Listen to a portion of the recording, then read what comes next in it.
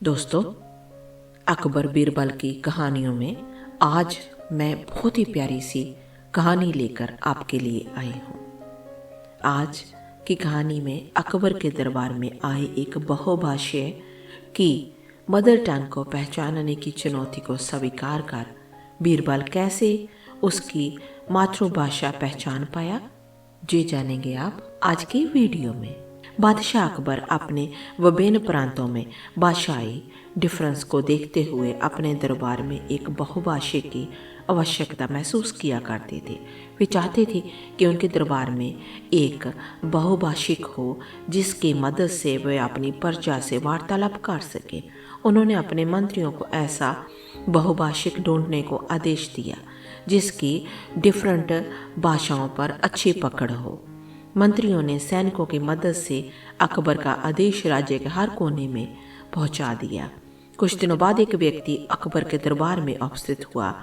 अकबर को सलाम कर वह बोला, जहांपना, मैं कई भाषाओं का अच्छा जानकार हूँ, आप मुझे बहुभाषी के पद पर नियुक्त कर लीजिए।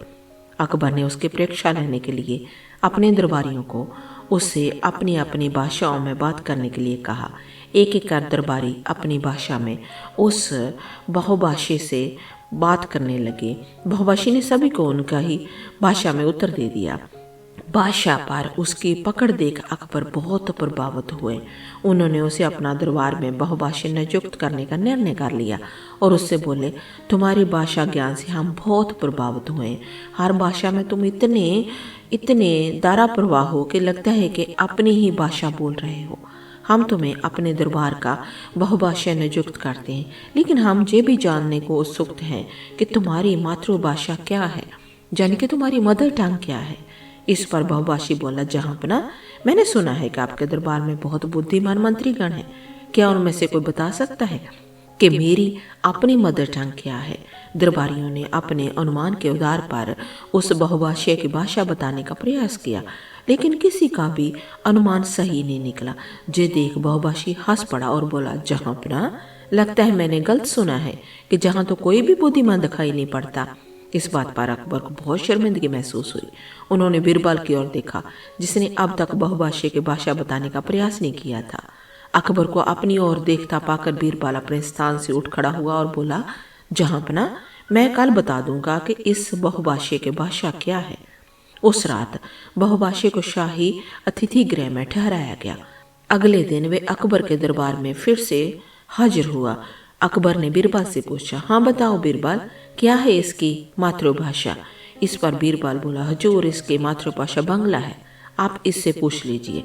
अकबर ने बहुभाषी से पूछा तो उसने हामी भर दी। अकबर हैरान था, बीरबल ने उसकी मदर टंग को कैसे पहचान लिया? पूछे जाने पर बीरबल ने बताया, महाराज, कल रात मैंने शाही अतिथि गृह के सामने अपना एक सेवक भेजा। वह सेवक वहां जोर जोर से चलाने लगा। उस समय जय महाशय सो रहे थे। चीखने की आवाज सुनकर उसकी नींद खुल गई और बाहर आकर जो गुस्से में चलाने लगा। उस समय जो भाषा बोल रहा था वे बांग्ला थी। मैं पास ही के कक्ष में छुप कर सब सुन रहा था। मैं समझ गया कि इसकी भाषा बांग्ला है, क्योंकि व्यक्ति कितनी भी भाषाओं का ज्ञान क्यों ना हो, जब गुस्से में होता है, जब मुसीबत में पड़ जाता है, तो अपनी ही भाषा में चलाता है। बहुभाषी ने बीरबल की बुद्धिमानी का लोहा मान लिया। अकबर शर्मिंदगी से बच गया।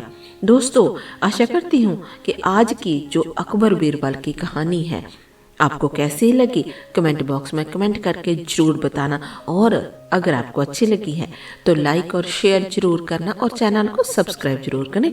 फिर मिलते हैं एक और नई कहानी के साथ। धन्यवाद।